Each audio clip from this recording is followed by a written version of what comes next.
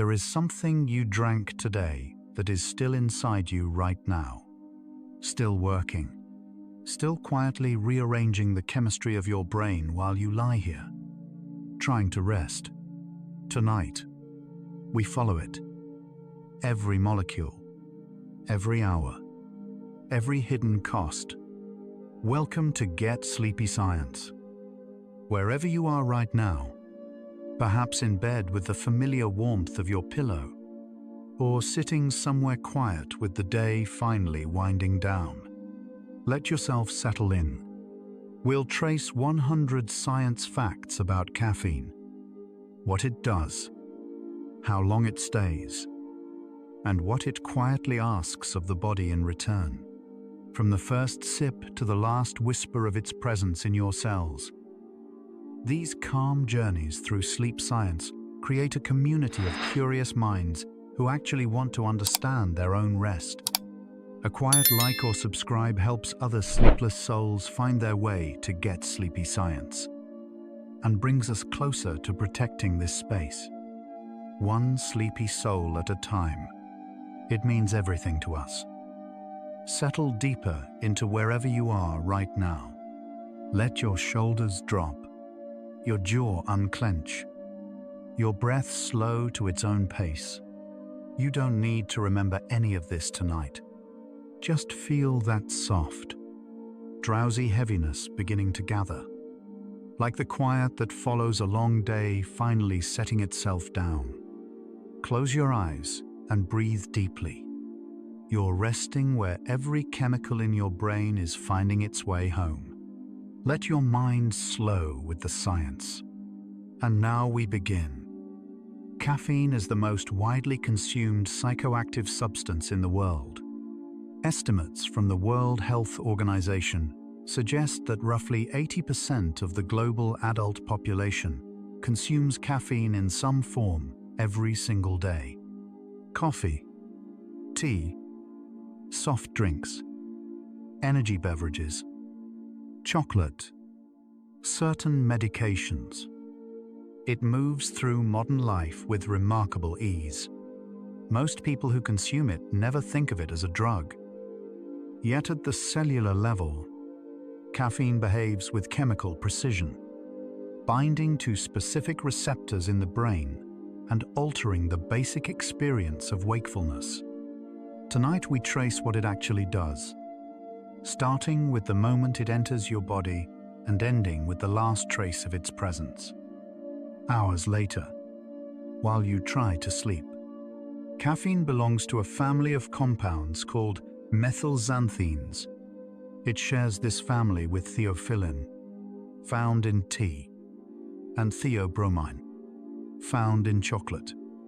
All three affect the central nervous system, but caffeine is the most potent at the doses people typically consume. Its chemical structure, a xanthine core with 3 methyl groups attached, allows it to move easily from the digestive system into the bloodstream, and from the bloodstream across the blood-brain barrier. That final crossing into the brain itself is where its most familiar effects begin. When you swallow caffeine, it is absorbed primarily through the small intestine. Absorption begins within about 15 minutes of consumption and reaches peak blood concentration between 30 and 60 minutes after drinking. The exact speed depends on several factors: whether you consumed food at the same time, your individual metabolism, and the form of caffeine you consumed. Liquid caffeine, like coffee or tea, tends to absorb faster than caffeine in food or capsule form. Within an hour of your morning cup, a measurable amount of caffeine has already reached your brain. The primary mechanism through which caffeine influences the brain involves a molecule called adenosine. Adenosine is a naturally occurring chemical that your brain produces as a byproduct of neural activity. As neurons fire throughout the day, adenosine accumulates steadily in the fluid surrounding brain cells. The longer you are awake, the more adenosine builds up, Adenosine binds to specific receptors, called adenosine receptors, and when those receptors are occupied, they signal the brain to slow down, creating the gradual, deepening sense of tiredness that accumulates across a waking day. Caffeine's molecular shape is similar enough to adenosine that it fits into the same receptor sites. When caffeine enters the brain, it competes with adenosine for those receptor positions. Because caffeine binds to adenosine receptors without activating them, it effectively blocks the sleepiness signal without triggering it. The adenosine is still there, still accumulating. But the brain cannot receive the message. Caffeine does not generate wakefulness on its own.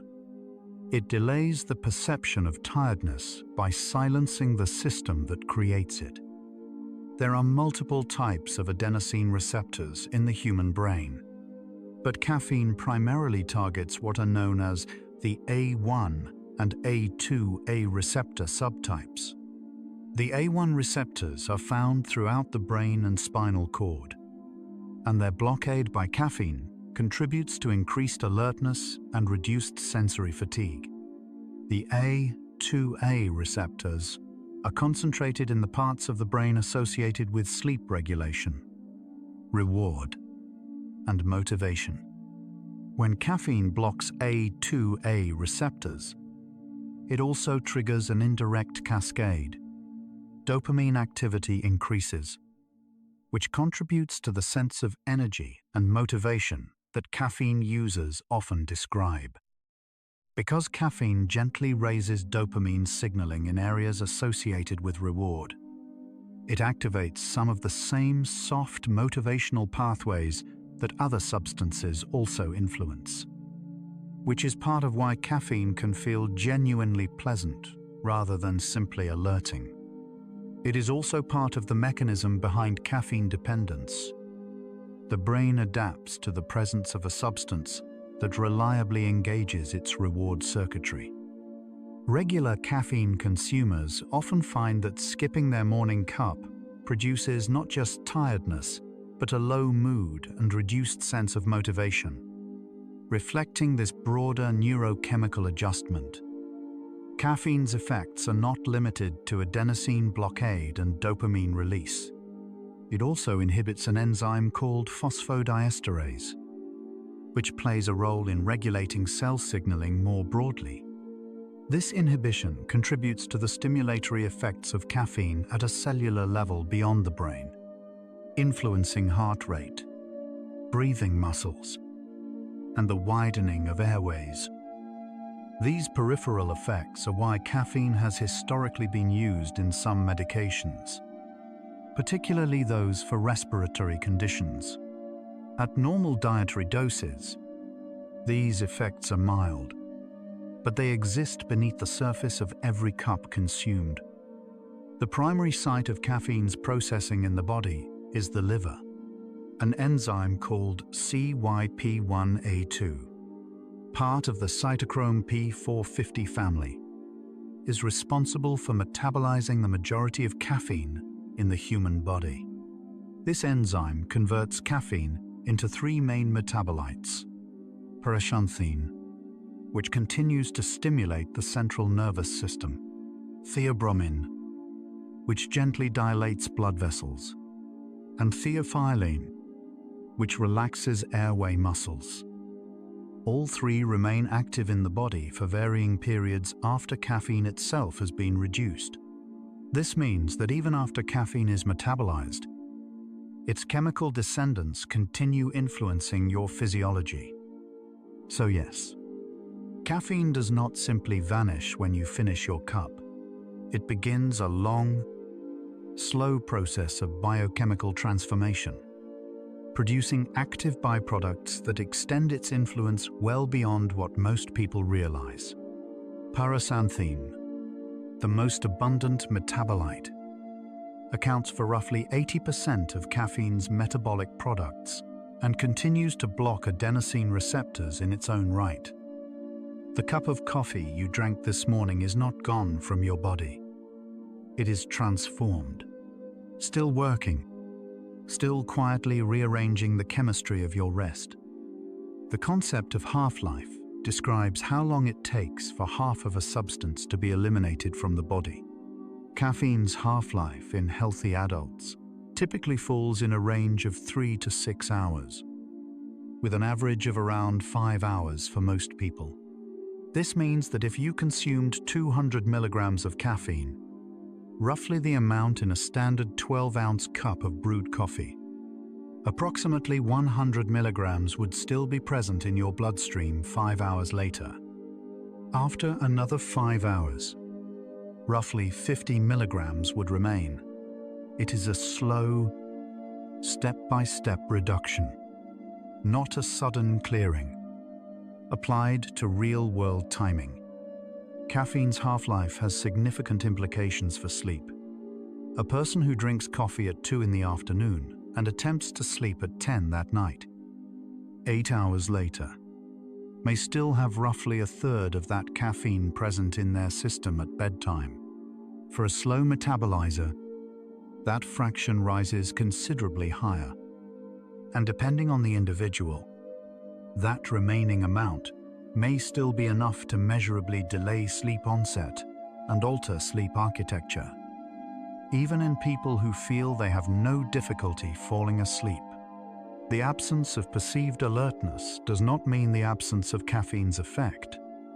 The half-life of caffeine is not fixed. It varies substantially between individuals based on a range of genetic, physiological, and environmental factors. Some people metabolize caffeine quickly, clearing it in as few as 2 to 3 hours. Others metabolize it slowly, with a half-life extending to 9 or 10 hours or more. The genetic variation responsible for much of this difference lies in the CYP1A2 gene, specific variants of which can make a person either a fast or slow caffeine metabolizer.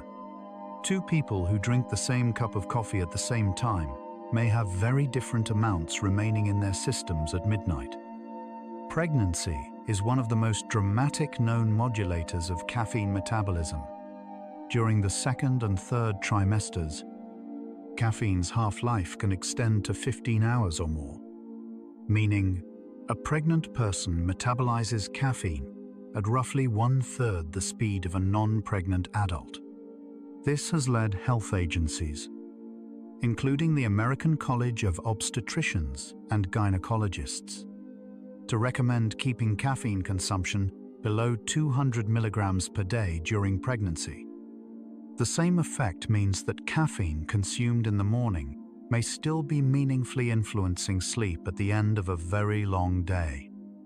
Liver function directly affects caffeine clearance, conditions that reduce the liver's efficiency, including liver disease, certain medication interactions, and even severe sleep deprivation itself, can slow the rate at which caffeine is metabolized. Interestingly, this creates a compounding cycle. Insufficient sleep reduces the liver's metabolic efficiency, which in turn slows caffeine clearance, which in turn makes it easier for caffeine to disrupt the following night's sleep. The relationship between caffeine and sleep is not linear but recursive. Each night's rest shapes how powerfully the next day's caffeine will affect the night after. Hormonal contraceptives containing estrogen are known to slow caffeine metabolism substantially. Research has found that individuals using combined oral contraceptives may have a caffeine half-life approaching twice as long as those not using them, meaning the same amount of caffeine produces a longer-lasting, more sustained effect, not because more was consumed, but because it is leaving the body more slowly. This interaction is rarely discussed when caffeine and sleep quality are examined together, yet it represents a real and measurable difference in lived experience. Smokers, by contrast, metabolize caffeine roughly twice as fast as non-smokers. The compounds in tobacco smoke, induce the CYP1A2 enzyme, accelerating caffeine's breakdown.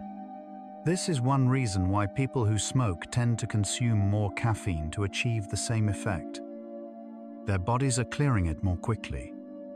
When someone who smokes quits, they often find that their habitual caffeine intake suddenly feels stronger than before, because the accelerating effect of tobacco on their liver enzyme activity has been removed. The caffeine hasn't changed. The clearing mechanism has. Age also influences caffeine metabolism, though the relationship is more nuanced than it might seem. In healthy adults, caffeine clearance does not dramatically slow with age in the same way some other substances do. However, older adults tend to be more sensitive to caffeine's sleep-disrupting effects, partly because the brain's adenosine system and sleep architecture both change with age. Older adults spend less time in the deepest stages of non-REM sleep under normal conditions, and caffeine's suppression of adenosine signaling tends to further reduce that deep sleep. The same dose may produce more disruption in a 65-year-old than in a 30-year-old. The amount of caffeine in common beverages varies more widely than most people assume.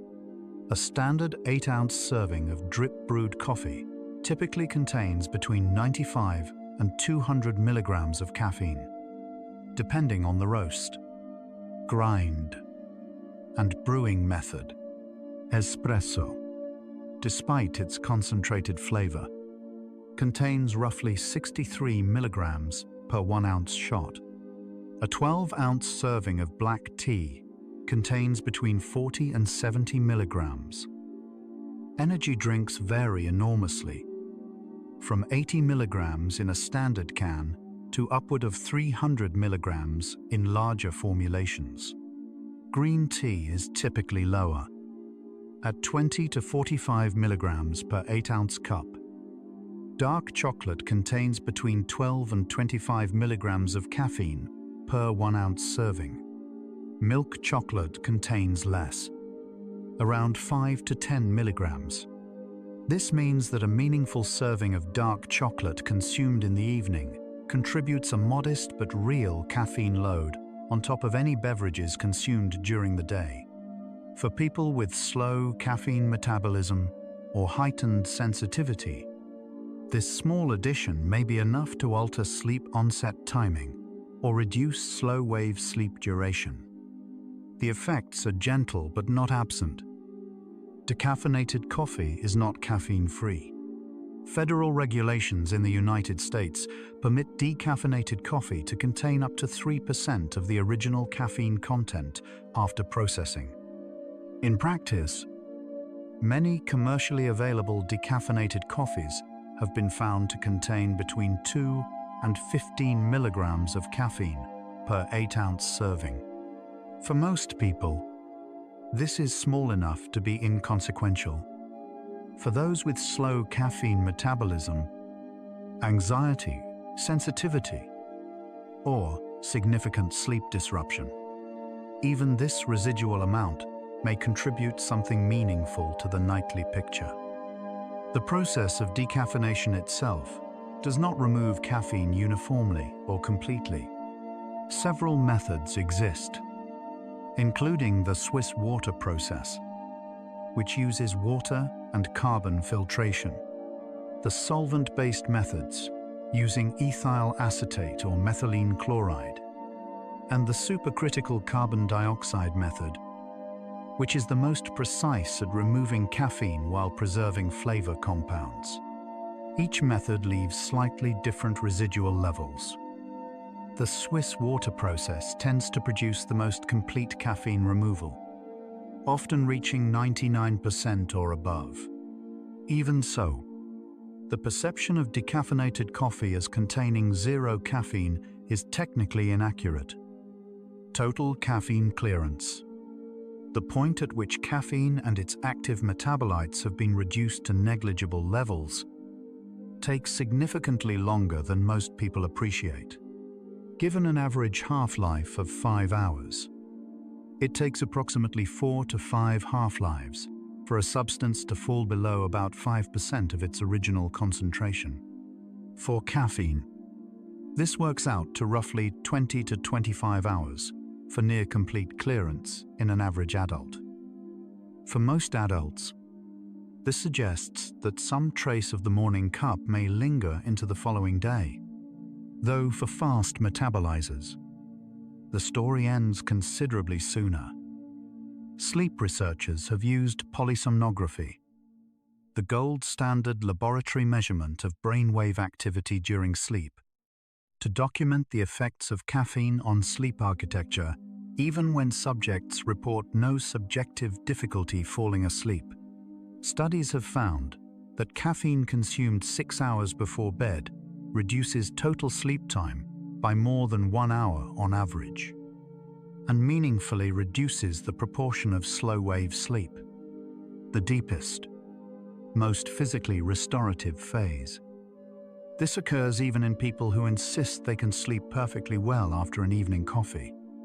The brain's electrical activity tells a different story than conscious experience. These observations collectively reveal something that most caffeine consumers never fully consider. The moment of falling asleep is not the only measure of caffeine's effect on rest. What happens after sleep onset?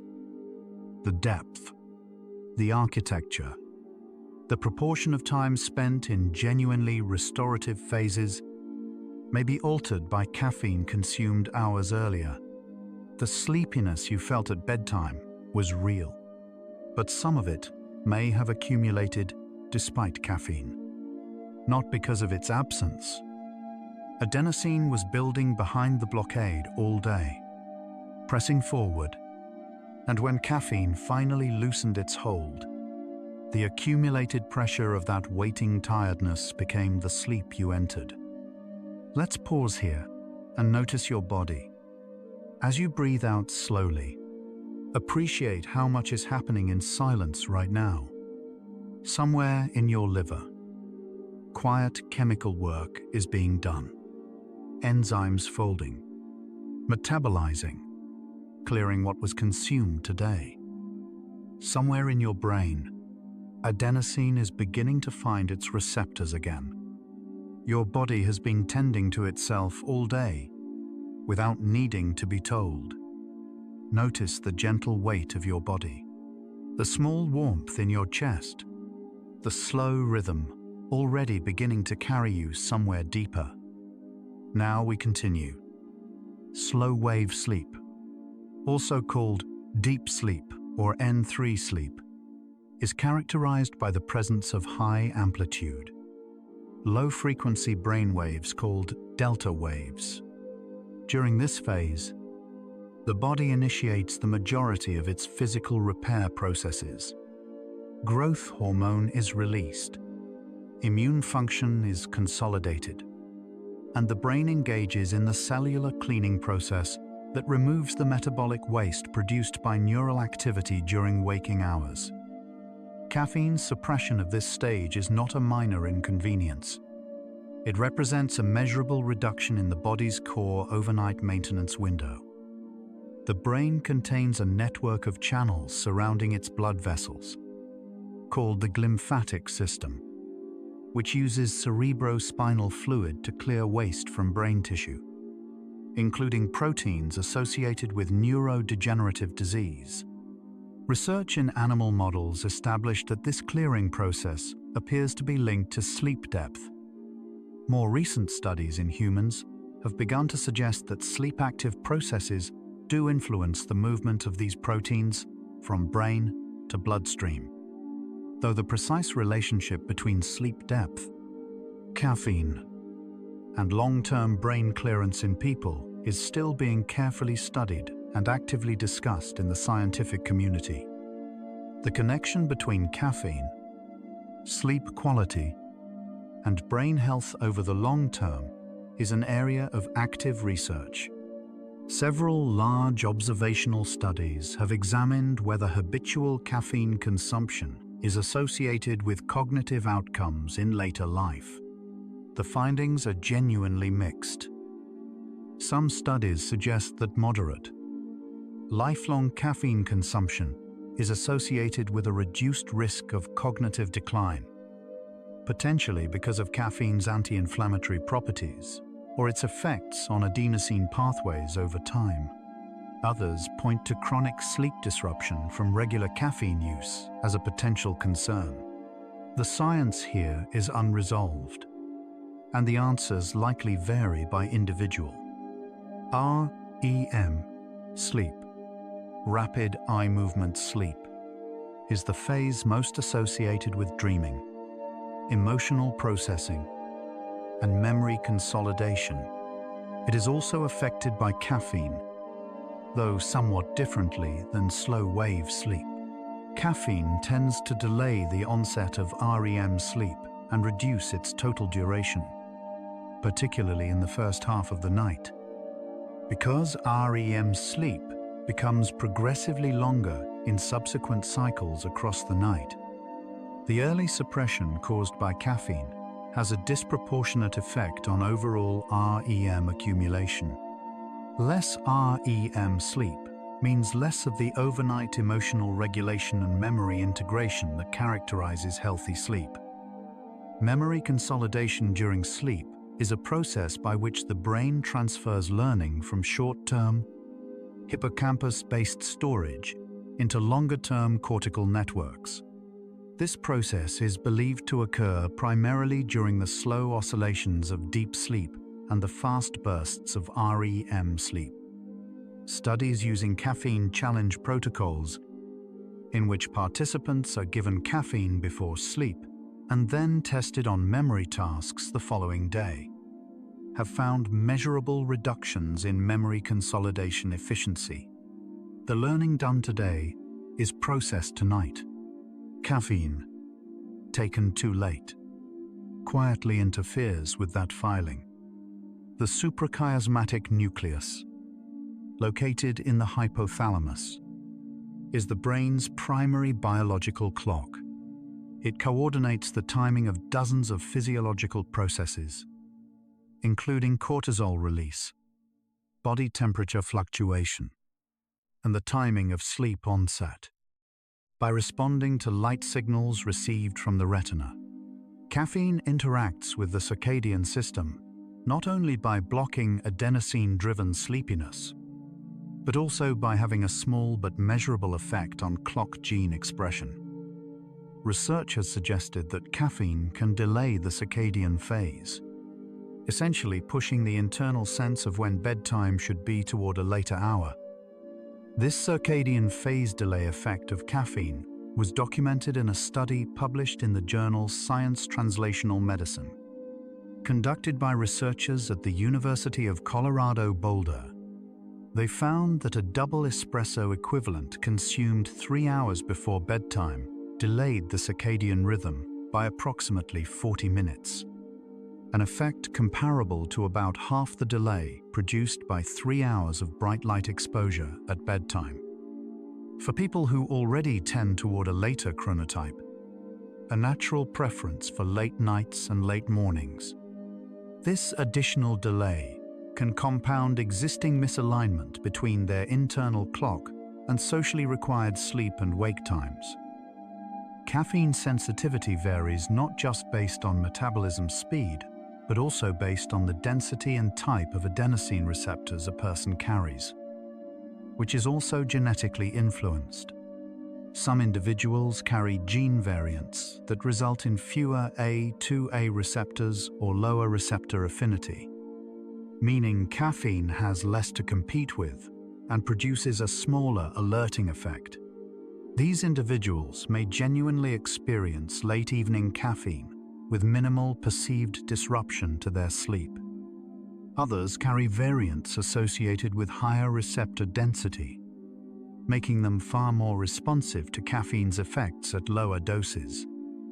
A commonly held belief is that regular caffeine consumers develop such complete tolerance to caffeine that its sleep-disrupting effects disappear over time. The evidence on this is more nuanced. Tolerance does develop for some of caffeine's subjective effects, particularly the sense of alertness and mood elevation. Regular consumers often report needing more caffeine to feel wakeful in the morning. However, tolerance to caffeine's sleep-disrupting effects, particularly its suppression of slow-wave sleep, appears to be incomplete. Studies comparing regular and occasional caffeine consumers have found that even habitual users show measurable reductions in sleep quality when consuming caffeine late in the day. Caffeine withdrawal begins within 12 to 24 hours of the last consumed dose in regular users, reflecting the brain's neuroadaptation to its presence. The most well-known symptom is headache, caused in part by the sudden dilation of blood vessels that caffeine had been keeping constricted, and in part by a surge of adenosine activity as the blocked receptors are suddenly freed. Other withdrawal symptoms include fatigue, reduced concentration, irritability, and a low mood. These symptoms typically peak within 20 to 50 hours and resolve within a week for most people. The existence of withdrawal is one of the clearest markers of physical dependence. The neuroadaptation that produces caffeine tolerance and withdrawal involves a genuine structural change in the brain. In response to ongoing caffeine-induced blockade of adenosine receptors, the brain increases the number of adenosine receptors it produces, a process called receptor upregulation. This is the mechanism that explains why regular caffeine users often feel worse without caffeine than non-users feel on an ordinary morning. More receptors means that when caffeine is absent, adenosine has more binding sites available, producing stronger than normal feelings of fatigue. Their baseline state of wakefulness has been quietly recalibrated. The practical implication of receptor upregulation is that caffeine, over time, gradually ceases to provide net alertness and begins primarily to relieve the fatigue that its own withdrawal is producing. A long-term daily caffeine consumer who drinks their morning coffee may not actually be boosting their baseline alertness above what a non-caffeine user experiences. They may simply be returning to the baseline that the non-caffeine user maintains at rest. Several neuroimaging studies support this interpretation, finding that regular caffeine users in withdrawal show brain activity patterns consistent with fatigue, and that their morning caffeine restores that activity to a level similar to a rested non-user. Despite this, the sensory ritual of caffeine consumption carries its own psychological weight. The warmth of the cup, the aroma, the familiar routine. These cues trigger anticipatory responses in the brain, including modest placebo-driven alertness before the caffeine is even absorbed. Conditioned learning means that the act of beginning to drink coffee can initiate the experience of wakefulness through associative memory before any pharmacological effect has occurred. This does not make the effect less real. It simply means that the experience of caffeine is layered, chemical and behavioral at once. In controlled experiments using capsules of caffeine versus identical-looking placebo capsules, participants who expected caffeine but received a placebo showed measurable alerting effects based on expectation alone. These effects were smaller than those produced by actual caffeine, but they were detectable using both subjective reports and physiological measures, including reaction time. This finding underscores how deeply the brain participates in creating the experience of any substance, not as a passive recipient of chemistry, but as an active interpreter of what that chemistry is expected to do. What this evidence collectively suggests is that the relationship between caffeine and sleep is not simply a matter of dosing and timing. It involves individual genetics, metabolic rate, receptor density, hormonal environment, chronotype, age, habituation, and even the expectations the brain carries about how caffeine will behave. Two people sitting in the same cafe, drinking the same coffee at the same time, will carry that caffeine through their bodies and into their sleep in ways that may look remarkably different. The coffee is the same. The humans, profoundly, are not. Take a slow breath. Notice how the thinking part of your mind has softened a little by now. How the facts are becoming less like information and more like texture. Something to rest against rather than hold on to. We're moving through sleep science together tonight. You and I and everyone else listening in the quiet dark. There's no rush, no test at the end. Just the gentle movement of curiosity, settling into calm. Let's continue. Adenosine pressure. The technical term is homeostatic sleep pressure. Accumulates in proportion to the duration of wakefulness.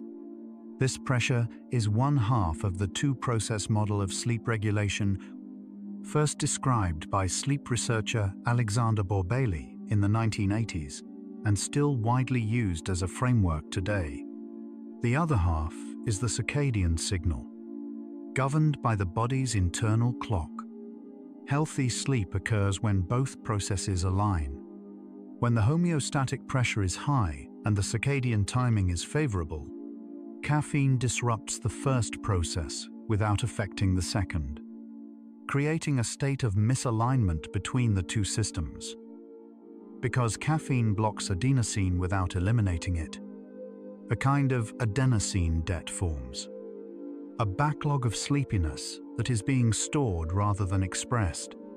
When caffeine is eventually metabolized and its blocking effect diminishes, this accumulated adenosine is released in a wave. This is part of the reason why the tiredness that follows the end of caffeine's effect can feel sudden and heavy. Not because something new has happened, but because what was waiting has finally been allowed through. The door didn't open. The pressure simply built until the door gave way on its own. For people who consume caffeine throughout the day, a morning coffee, an afternoon cup, possibly an evening beverage, this adenosine debt can compound across multiple cycles of suppression. Each cup delays the clearance of adenosine and adds to the accumulated pressure. By the time sleep is attempted, the homeostatic pressure may be very high, but the caffeine from the final consumed dose may still be meaningfully present. The result is a system caught between an urgent need for sleep and a chemical that is still, even partially, suppressing the very signal that delivers it. The impact of caffeine on sleep onset latency, the time it takes to fall asleep after attempting to do so, has been measured across numerous studies. A comprehensive meta-analysis published in Sleep Medicine Reviews found that caffeine increased sleep onset latency on average by approximately 9 minutes when consumed in the evening, while reducing total sleep time by around 45 minutes and sleep efficiency by 7%. These numbers reflect averages across many individuals. For sensitive people, the disruption is considerably larger. For fast metabolizers, it may be smaller, but the direction of effect is consistent. The brain's experience of sleep deprivation and caffeine suppression are related but distinct. Sleep deprivation, genuine restriction of sleep time, produces cognitive deficits that accumulate predictably and are clearly felt after several days. Caffeine suppression of sleep quality is more subtle. The person often feels they have slept adequately because the adenosine release at sleep onset was sufficient to deliver some form of sleep. But the architecture of that sleep, its depth, its completeness, its proportion of truly restorative stages may be measurably altered. This is sometimes called subclinical sleep disruption. Real, but beneath the threshold of awareness.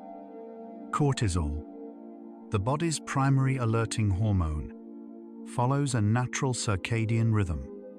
It peaks sharply in the first hour after waking, a phenomenon called the cortisol awakening response, and then gradually declines across the morning. Caffeine consumed during the cortisol peak, roughly 30 to 90 minutes after waking, adds stimulant effect on top of an already highly stimulated system. Some researchers have suggested that delaying morning caffeine consumption until the cortisol level has begun to decline, perhaps 90 minutes to 2 hours after waking, may allow caffeine to act more efficiently and reduce the likelihood of tolerance buildup. The biology, in this view, has its own preferred timing.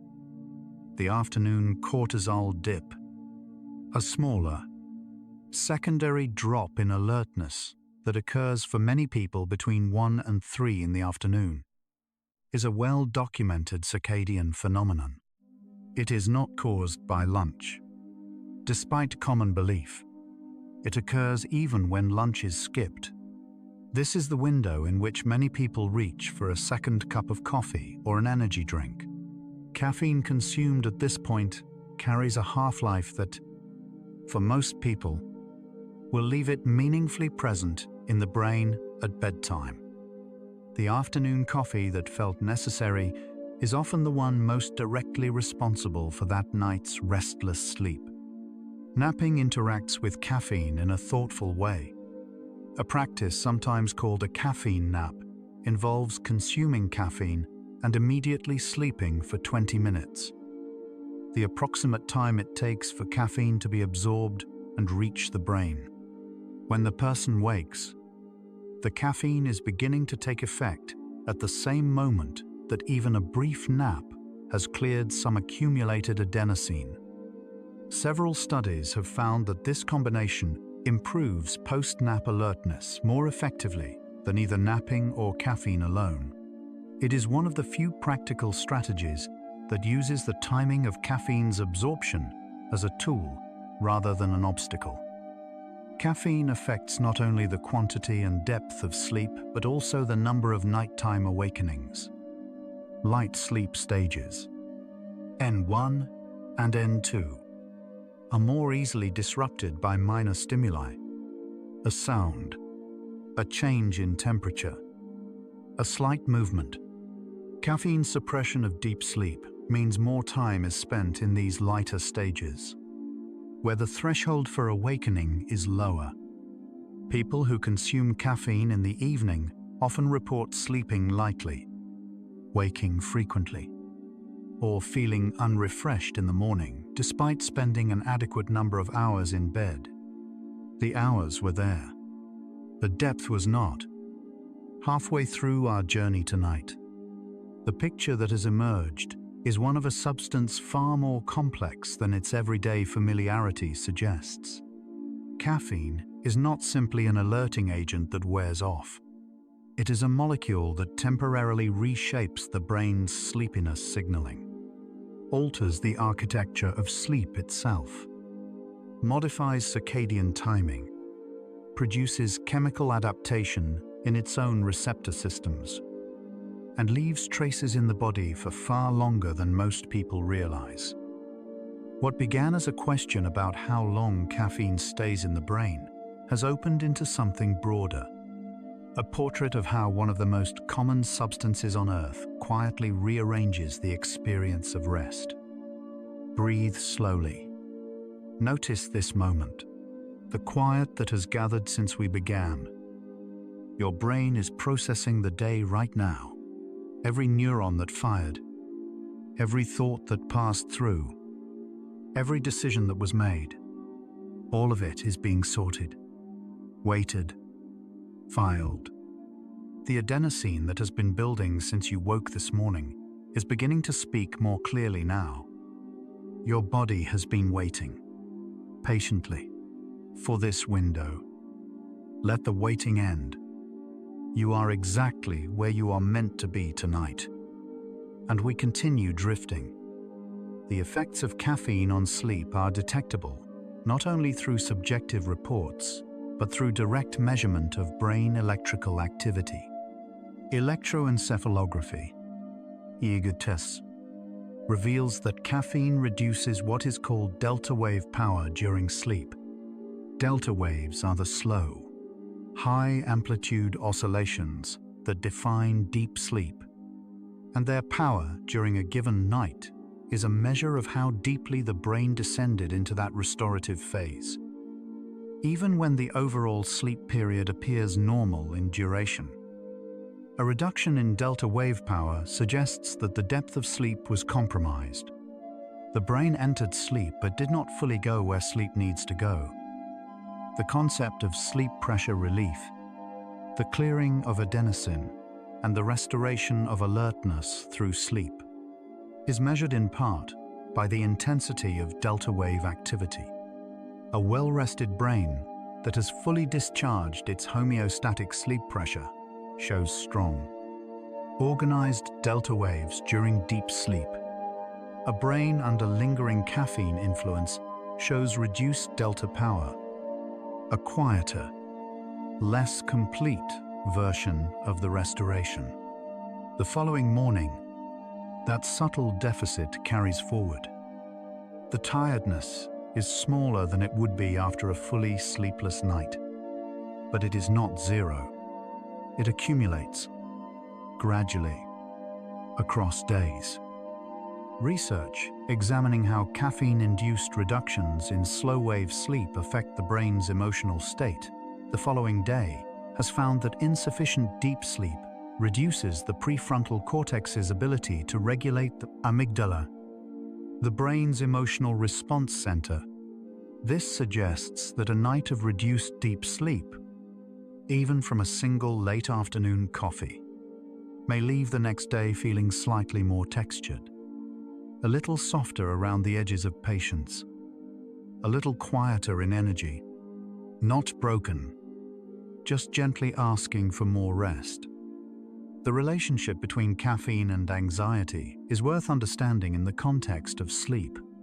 Caffeine's blockade of adenosine receptors and its indirect elevation of dopamine and norepinephrine creates a physiological state of heightened arousal, elevated heart rate, increased blood pressure, accelerated breathing. In individuals who are already prone to anxiety, this arousal state can amplify feelings of worry or restlessness, particularly in the hours before bed. This creates a pattern in which caffeine makes falling asleep harder.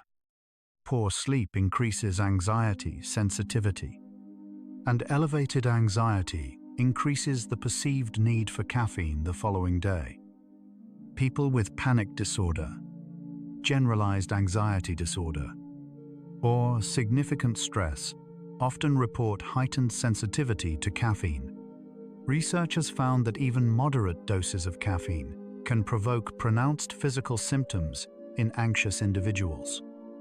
Pounding heart, difficulty breathing, a sense of unease, are doses that produce only mild effects in non-anxious individuals. For these people, the caffeine-sleep relationship is further complicated by the connection between arousal and anxiety.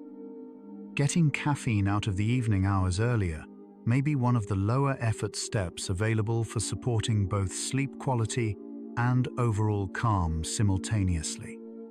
Children and adolescents metabolize caffeine differently than adults, and their sleep needs are substantially higher. The American Academy of Pediatrics recommends that adolescents between 12 and 18 years old limit caffeine to no more than 100 milligrams per day, approximately the amount in a single cup of coffee. Yet surveys consistently find that caffeinated energy drink consumption is common in this age group. Combined with the natural circadian phase delay of adolescence, a biologically driven shift toward later sleep and wake times, significant caffeine consumption in teenagers can create a real and compounding pattern of insufficient sleep. The adenosine system is also implicated in neurological conditions beyond sleep. Adenosine signaling plays a role in pain perception, inflammation regulation, and cardiovascular function. The brain's management of adenosine is deeply tied to its overall regulatory state. When caffeine chronically occupies adenosine receptors, it alters not only sleep but a broader landscape of the brain's chemical housekeeping. Researchers studying conditions including Parkinson's disease have found links between long-term caffeine consumption and altered adenosine dynamics in areas of the brain affected by that condition.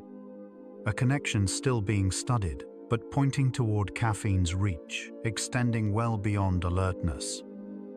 The afternoon drop in energy that many regular caffeine consumers experience, a noticeable fall in alertness and mood several hours after their last cup, is partly a product of caffeine's metabolism and partly a product of the cortisol curve.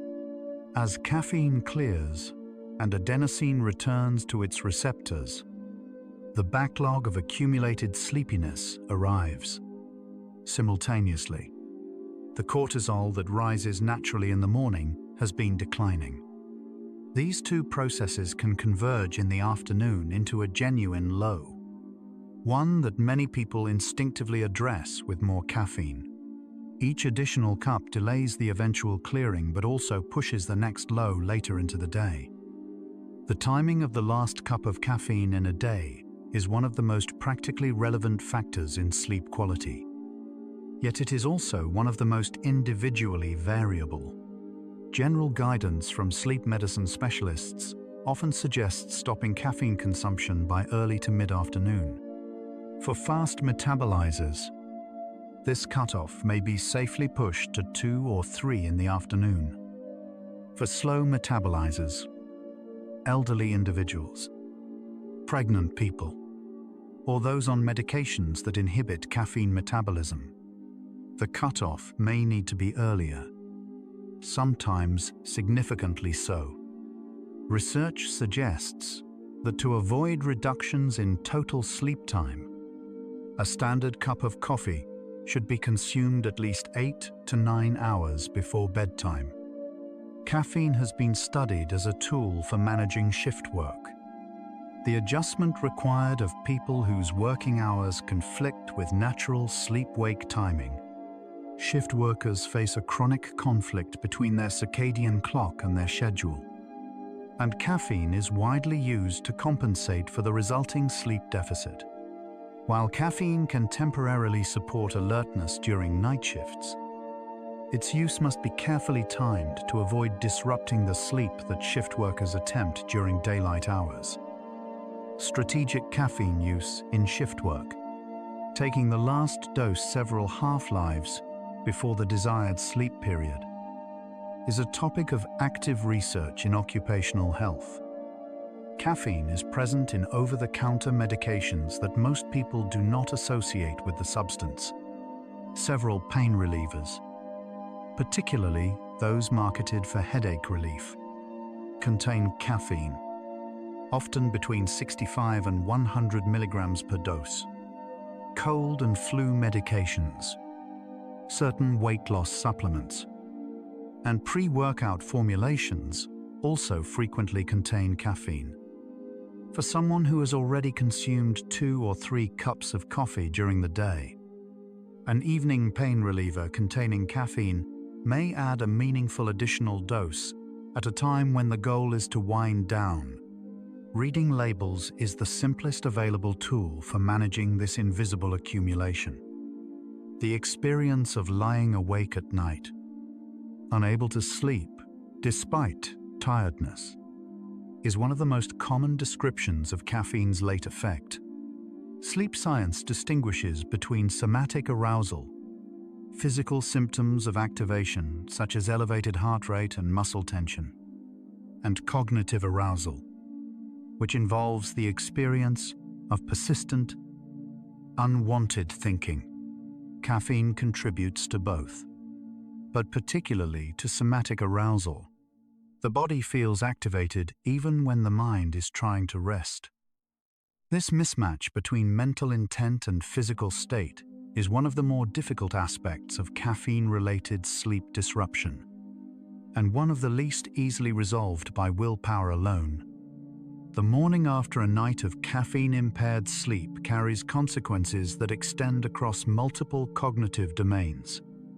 Working memory, the mental workspace used for holding and manipulating information, is particularly sensitive to sleep quality. Studies using validated cognitive tests have found that a single night of reduced slow-wave sleep produces measurable deficits in working memory performance. Sustained attention, reaction time, and verbal fluency are similarly affected. These deficits are often undetected by the individuals experiencing them, a phenomenon known as subjective normalization, feeling fine while performing measurably differently. The immune system is a less commonly discussed beneficiary of good sleep, and therefore a less commonly discussed consideration in caffeine-related sleep patterns. During slow-wave sleep, the body releases cytokines, signaling molecules that regulate immune response, and performs much of its repair of immune tissue. Studies have found that even 1 to 2 nights of reduced sleep time or quality are associated with measurable decreases in natural killer cell activity, the branch of immune function responsible for identifying and eliminating abnormal cells. Chronic sleep disruption from any cause, including caffeine, is associated with increased susceptibility to illness and slower recovery. We now understand that caffeine's influence on the brain and body is not a single event, but a series of overlapping waves. The initial alerting effect, felt within 30 to 60 minutes of consumption, the plateau of adenosine blockade, sustained for 3 to 5 hours, the slow metabolic reduction, continuing across multiple half-lives, the arrival of caffeine's metabolites, paraxanthine still active long after the parent compound has partially cleared, the eventual adenosine wave, arriving when the blocking ends. Each wave is real, each has its own duration, and the last of them reaches into the night. Caffeine's interaction with the body's core temperature regulation deserves attention. Body temperature follows a precise circadian rhythm, rising during the day and falling in the evening. The cooling of body temperature is one of the primary physiological triggers for sleep onset. Caffeine, by increasing metabolic rate and sympathetic nervous system activity, can slightly elevate core body temperature, potentially interfering with this natural cooling process. The effect is modest in isolation, but in combination with other factors, a warm room, recent physical activity, lingering stress, it may represent one more element, gently pushing the body away from sleep readiness. The glymphatic system, that network of channels surrounding blood vessels in the brain, has been linked to sleep in both animal and human research. Studies in mice found that brain clearance of metabolic waste increases substantially during sleep. More recent human trials have found that sleep-active processes appear to increase the clearance of certain brain proteins into the bloodstream, supporting the idea that sleep quality matters for the brain's own maintenance work. How much caffeine's effect on sleep architecture specifically influences these processes in people over time remains an active and carefully developing area of inquiry. The relationship between sleep quality and long-term brain health has become one of the most actively investigated areas in neuroscience. Longitudinal studies tracking tens of thousands of individuals over decades have found that chronic short sleep duration is associated with elevated risk of cognitive decline, How much caffeine's contribution to altered sleep architecture plays a role in that broader relationship, if at all, is not yet established with certainty. What is clear is that the brain uses the sleeping hours for work that wakefulness cannot fully replicate, and that the depth of sleep matters, not only its duration. For many people, the question of reducing caffeine or changing its timing feels like an enormous adjustment. The pleasure of coffee is genuine, the social rituals are real, and the energy benefit, at least in the morning, is immediate and tangible. Sleep researchers rarely advocate for complete caffeine elimination. What they more commonly suggest is strategic adjustment, keeping total daily intake moderate, avoiding consumption in the 6 to 9 hours before sleep, and paying attention to individual response. The goal is not abstinence, but alignment, finding a pattern of use that gives caffeine's benefits without the full cost to the night. Some individuals practice periodic caffeine fasting, deliberately eliminating caffeine for several weeks at a time, allowing adenosine receptor downregulation to return their baseline sensitivity to its natural state. After a period of elimination, the same amount of caffeine produces a more noticeable alerting effect because the upregulated receptor landscape has normalized. This practice is sometimes used by athletes, shift workers, or individuals preparing for periods of high cognitive demand. It is also sometimes used simply to reset the relationship with a substance that has begun to feel more like maintenance than enhancement.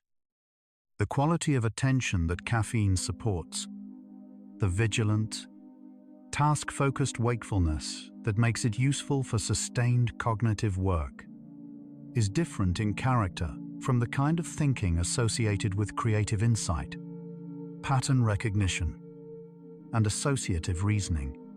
Sleep, and particularly REM sleep, is associated with the broader, less focused mode of cognition in which distant connections are made and novel solutions are found.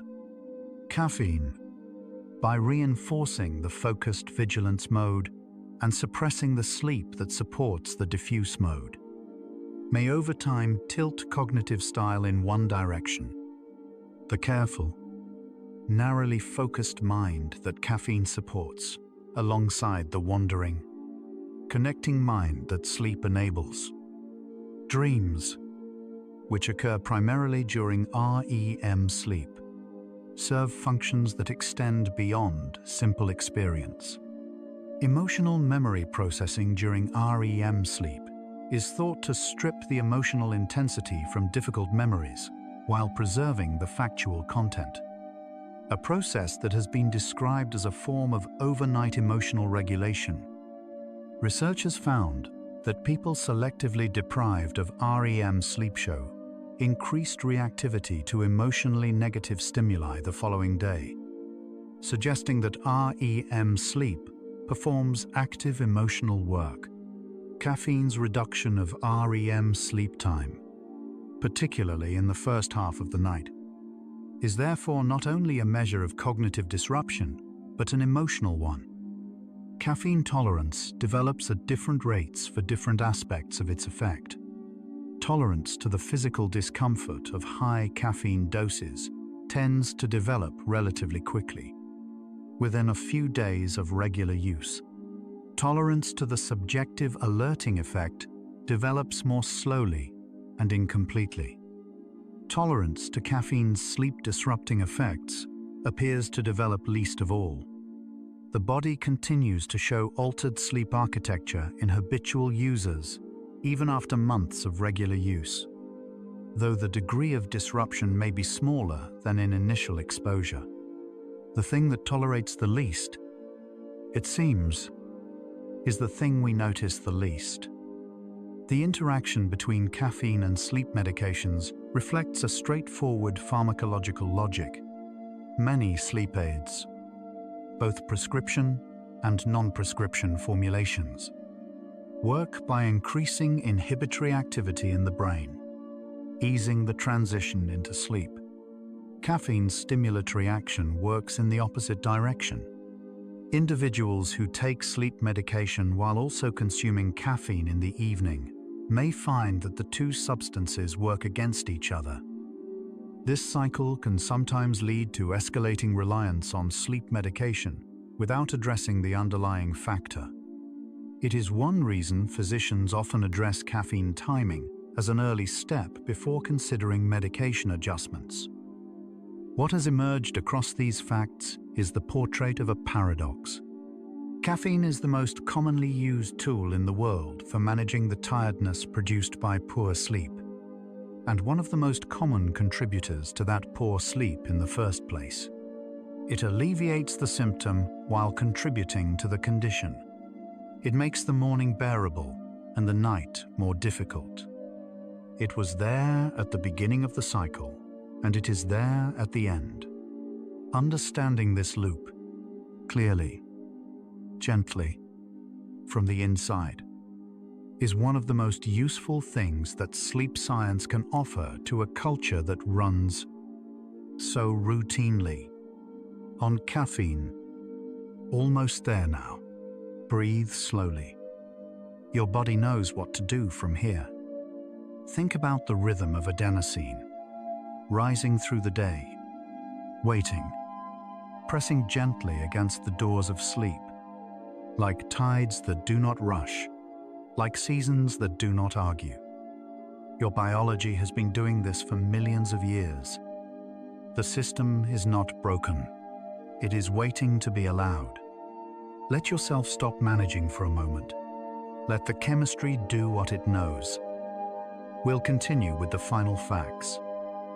The human body reaches its lowest core temperature in the hours before dawn. This temperature trough is one of the deepest points of sleep pressure in the circadian cycle. Most people will not feel it consciously. They are, by then, fully asleep. Caffeine consumed after midday gently raises the floor that temperature falls toward, making the trough slightly shallower. A smaller trough, a lighter bottom.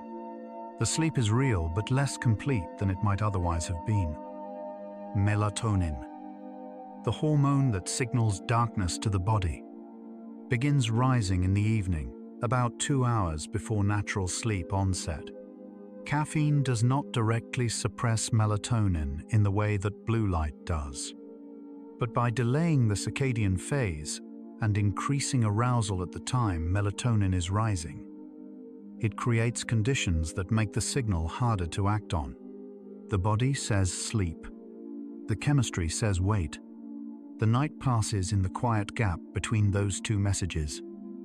A cup of coffee contains, in addition to caffeine, hundreds of other compounds, antioxidants, phenolic acids, trigonelin, and others that have their own biological activity. Many of these compounds have been associated in research with potential health benefits, including reduced inflammation and improved metabolic markers. The health story of coffee is genuinely complex. Not simply a story of a disruptive stimulant, but of a beverage with a rich biochemical profile. Timing, rather than elimination, is often the more nuanced and sustainable framework for most people. Tea contains caffeine alongside a compound called L-theanine, an amino acid that promotes a calm, focused alertness by modulating GABA and glutamate activity in the brain. The combination of caffeine and L-theanine is associated with reduced restlessness and improved attention relative to caffeine alone. This is part of the reason why many people find that tea produces a gentler, more measured alertness than coffee. Less spike, longer plateau, softer landing.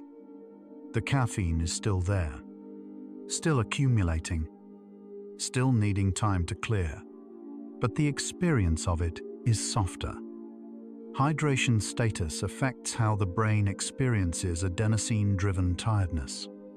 Mild dehydration, a state that is common in the afternoon for many adults, amplifies feelings of fatigue and reduces cognitive performance in ways that can be easily confused with caffeine withdrawal or accumulated sleep pressure. Drinking water in the afternoon sometimes reduces the apparent need for caffeine at that time. The tiredness was not always the adenosine. Sometimes it was simply thirst, and the body was asking for something much simpler. The concept of sleep hygiene encompasses a range of practices designed to support the conditions under which sleep naturally occurs. Caffeine timing is one element of this, but it exists alongside others. Light exposure, temperature, physical activity, mental quieting before bed. No single practice is decisive alone. The body responds to the overall environment. Caffeine contributes to that environment, silently, long after the cup is empty and the evening has settled. The bedroom itself participates in sleep architecture. Research on environmental factors in sleep has found that a cooler room, approximately 65 to 68 degrees Fahrenheit for most adults, supports the drop in core body temperature that initiates deep sleep. A warmer room raises the floor that body temperature falls toward, reducing deep sleep in ways that parallel caffeine's effects. The two factors can act on similar physiological mechanisms. Together, they compound. Separately, each is manageable with a little awareness. One of the most consistent findings in caffeine research is that people systematically underestimate its sleep-disrupting effects. In studies where participants rate their own sleep quality after caffeine versus placebo, subjective ratings tend to show less disruption than objective measures reveal. The sleeping brain does not send back a clear report. The dreamer rarely knows how shallow the dream was, and so the habit continues, quietly, night after night. Children are particularly sensitive to caffeine's effects on sleep because they spend a higher proportion of total sleep time in slow-wave sleep than adults do. A reflection of the brain's intensive growth and consolidation work occurring in childhood. Any factor that reduces slow-wave sleep duration in childhood may therefore have proportionally greater effects on the processes that sleep supports during those years. This is one reason pediatric sleep specialists often consider caffeine reduction the first consideration for children experiencing sleep difficulties. The body has a natural mechanism for managing adenosine that operates during sleep itself. As deep sleep proceeds, adenosine is gradually cleared from the extracellular fluid surrounding neurons, a process that contributes to the feeling of refreshment upon waking. This clearing is incomplete when sleep is shallow or interrupted. People who wake feeling unrefreshed often carry some residual adenosine into the morning, a quiet biological reminder that the clearing was not finished and that the night still has something left to offer. Caffeine consumed in the morning by a person who slept poorly may delay the morning cortisol peak, which the brain has already initiated in anticipation of waking. This delay can shift the entire cortisol profile of the day slightly, potentially affecting mood, energy levels, and appetite timing across the following hours. The morning coffee, in this framing, is interacting with a cortisol curve that was set in motion before the first sip. The body was already waking. The caffeine joined a process already underway. Some research has explored whether caffeine affects the quality of dreams. Because caffeine reduces REM sleep, particularly early in the night, and because dreams become longer and more vivid in later REM cycles. Caffeine may shift the dream experience toward the final hours before waking. This may contribute to the common experience of vivid, fragmented dreams just before an alarm. The brain completing REM work in the final window available to it. Something trying to finish what the earlier hours did not allow. The last trace of caffeine and its active metabolites leaves the body slowly, step by step, one half-life at a time. In a healthy adult with average metabolism, a 2 to 100 milligram dose consumed at 8 in the morning will have fallen to a small fraction by midnight. For most people, this is genuinely negligible. For a slow metabolizer, a meaningful amount may still remain. One way or another, the clearing always happens. The body is patient. The liver is thorough. The science of adenosine and its role in sleep is less than 50 years old in meaningful form. The role of the adenosine, a 1 and a 2A receptors in sleep regulation, was not fully characterized until the 1990s. The identification of caffeine as an adenosine receptor antagonist, rather than simply a stimulant, shifted the entire framework for understanding both the substance and the sleep it affects. Understanding arrives slowly, through careful work, and then, when it arrives, it changes everything quietly. So could the last cup you drank still be in your brain tonight? In all likelihood, some small echo of it remains. Not enough to prevent sleep, but enough to shape it. Quietly, at the margins, enough to slightly reduce the depth of your deepest slow-wave moments. Enough to nudge your REM timing. Enough to be, in some measurable sense, still present. The way anything we consume becomes part of us for a while, before gently passing through. Sleep research continues to refine our understanding of individual variability in caffeine's effects. Recent studies have confirmed that genetic profiling of caffeine metabolism may one day be used to provide personalized guidance on optimal cutoff times. For now, the most practical approach remains awareness, knowing the typical half-life, knowing the factors that extend it, and building a gentle margin of time between the last cup and the first attempt at rest. A margin that the body can use. Caffeine is, in the end, a molecule, small, precise, operating through mechanisms that are now well understood. Its influence lies not in mystery, but in familiarity. It is so much a part of ordinary life that its pharmacological nature is easy to forget. But the receptor it fits, the adenosine it displaces, the sleep it quietly reshapes, these are real, and they happen whether or not we are thinking about them.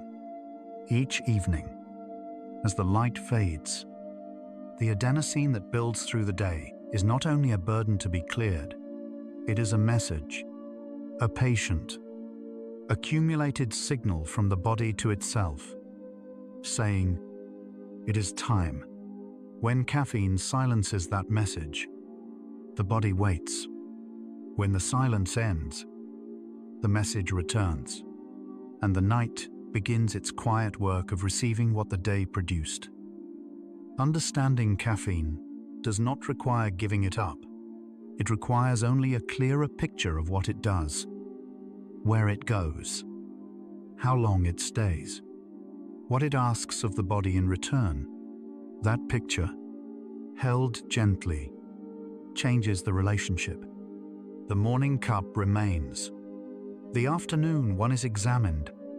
The evening one becomes a question rather than a habit. In the space between the last sip and the moment of sleep, the body is always negotiating, adenosine pressing forward. Caffeine stepping back, core temperature falling, the circadian clock marking the hour. Every night. This negotiation happens in chemistry, too fine to feel, but too real to be neutral. The body knows what to do. It has always known. It is asking, tonight, for a little room to do it. Slow wave sleep, when it comes fully, carries the body somewhere deep, below dreaming, below thought, into the ground level maintenance that consciousness does not witness and does not need to. This is where the day's residue is sorted, where the brain's chemistry resets, where the tiredness, finally, pays its debt. The morning after good sleep carries a quality that is different from the morning after caffeine-managed sleep. Quieter, more complete. The alertness comes not from a substance that blocked tiredness, but from the genuine discharge of it. The cortisol rises into a rested brain. The day begins from a different starting point. More spacious, less borrowed. Caffeine will be there tomorrow. It has been there every day. It is one of the most reliably available substances in the human world. What changes is not its availability, but our understanding of it. The clarity with which we see its timing, its reach, its limits, and the gentle trade it offers. Alertness now. Return to the body as cost later. Every cup of coffee ever drunk has been metabolized. Eventually, completely, every caffeine molecule has been transformed, passed through its half-lives, handed off to its metabolites, and finally cleared. The body is patient. The liver is thorough. What enters, eventually, leaves. What blocks, eventually, yields. The adenosine that waited returns. The sleep that was shaped returns. Everything, in the end, completes its cycle. The real story of caffeine and sleep is not one of an adversary. It is one of timing and tolerance, and the body's extraordinary persistence in seeking the rest it needs. Every sleepy soul who has ever lain awake too long, wondering why the tiredness wouldn't settle into sleep, was living inside a chemistry that was still, quietly, resolving itself. The resolution always comes. The body always finds its way. Tonight, it is finding its way in you. And so our quiet journey through caffeine and sleep comes to a gentle close. We traveled from the moment of absorption, that first 30 to 60 minutes when caffeine crosses the blood-brain barrier and finds its place at the adenosine receptor, to the slow, patient mathematics of the half-life, ticking across the hours of the day and into the dark. We touched the glymphatic system doing its careful work in the sleeping hours. We met the adenosine debt that builds behind caffeine's blockade, waiting for its release. Along the way, the question we began with opened into something wider. Not just how long caffeine stays, but what that staying asks of the body, and what the body recovers when the staying finally ends. Caffeine reminds us that the body is always in conversation with what we give it. Much of that conversation happens in silence, in liver enzymes, in receptor binding, in the slow oscillations of a sleeping brain that we will never consciously witness. The tiredness we feel is not weakness. It is a message the body has been composing all day, waiting for the right hour to deliver it. By pausing to understand it, we learn something about what rest actually is. Not the absence of something, but the presence of a process that requires, above all, a little room. In these final minutes, Take the deepest breath you can, as deep as possible. Think about unity, of every chemical process happening right now across billions of sleeping bodies throughout the world. Adenosine clearing, slow waves moving, the liver quietly working. You are not separate from this. You are one instance of a process that has been running since the first living things learned how to rest. Let your entire being dissolve into that slow, ancient rhythm, the body's oldest practice, older than language, older than thought. Prepare for deep sleep. No boundaries left. Only the quiet that comes after the chemistry finally settles. Only peace. If tonight's journey through caffeine and sleep helped you see your own evenings a little more clearly, a gentle like or subscribe helps another restless mind find their way to get sleepy science too. One quiet tap, one sleepy soul at a time. But there is nothing to do now. Nothing at all. The adenosine has been building toward this moment all day. The circadian clock has been preparing the body for exactly this window. The chemistry is aligned.